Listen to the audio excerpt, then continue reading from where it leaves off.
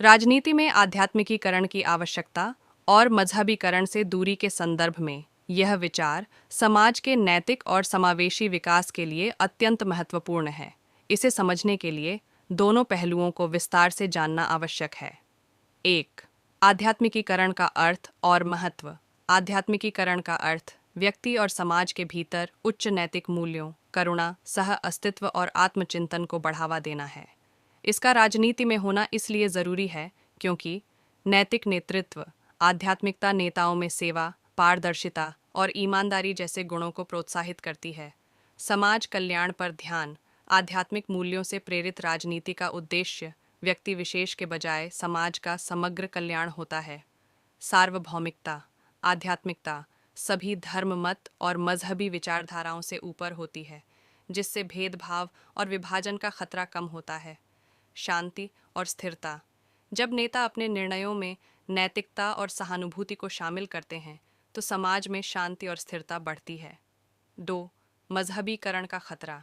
मजहबीकरण का अर्थ धर्म मत को राजनीति में इस प्रकार शामिल करना है कि वह विभाजन और असमानता को बढ़ावा दे। इसके नकारात्मक प्रभाव इस प्रकार हैं। मजहबी विभाजन।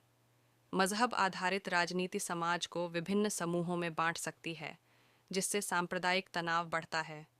पक्षपातपूर्ण नीतियाँ।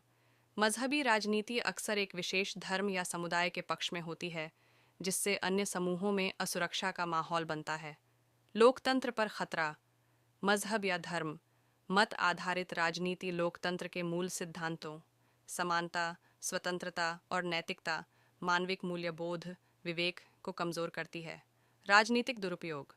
नेता धर्म, मत या मजहब का उपयोग जन भावनाओं को भड़काने और अपने राजनीतिक हितों के लिए कर सकते हैं।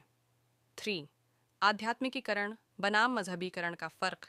आध्यात्मिकीकरण समाज के नैतिक और आध्यात्मिक उत्थान की बात करता है। यह सार्वभौमिक, समावेशी और विभाजन रहित होता है। मजहबीकरण धर्म, मत या मजहब को सत्ता के लिए उपकरण बनाता है। यह विभाजनकारी और अक्सर भेदभावपूर्ण होता है। 4. भारत के संदर्भ में भारत जैसे विविधता वाले देश में आध्यात्मिकीकरण और धर्मनिरपेक्षता का संतुलन जरूरी है। भारतीय संस्कृति में हमेशा आध्यात्मिकता का महत्व रहा है और यह समावेशी समाज के निर्माण में सहायक है। उदाहरण के लिए जगत गुरु श्री आनंद मूर्ति जी कहते हैं कि राजनीति में आध्यात्मिक मूल्यों का समावेश आवश्यक है और शिक्षा को आध्यात्मिक विज्ञान और भौतिक विज्ञान की समन्वय से ही देश का उत्थान एवं प्रगति हो सकता है। निष्कर्ष। राजनीति में आध्यात्मिकीकरण इसलिए जरूरी है क्योंकि यह समाज को नैतिकता, समावेशिता, युक्ति, विवेक और समानता के रास्ते पर ले जाता है। वहीं मजहबीकरण से बचना आवश्यक है क्योंकि यह समाज में विभाजन और असमानता को बढ़ावा देता है। राजनीति का उद्देश्य सभी नागरिकों के कल्याण और एकता को बढ़ावा देना होना चाहिए, जो केवल आध्यात्मिक दृष्टिकोण से संभव है। श्री श्री आनंद मूर्ति जी का यही आदर्श है।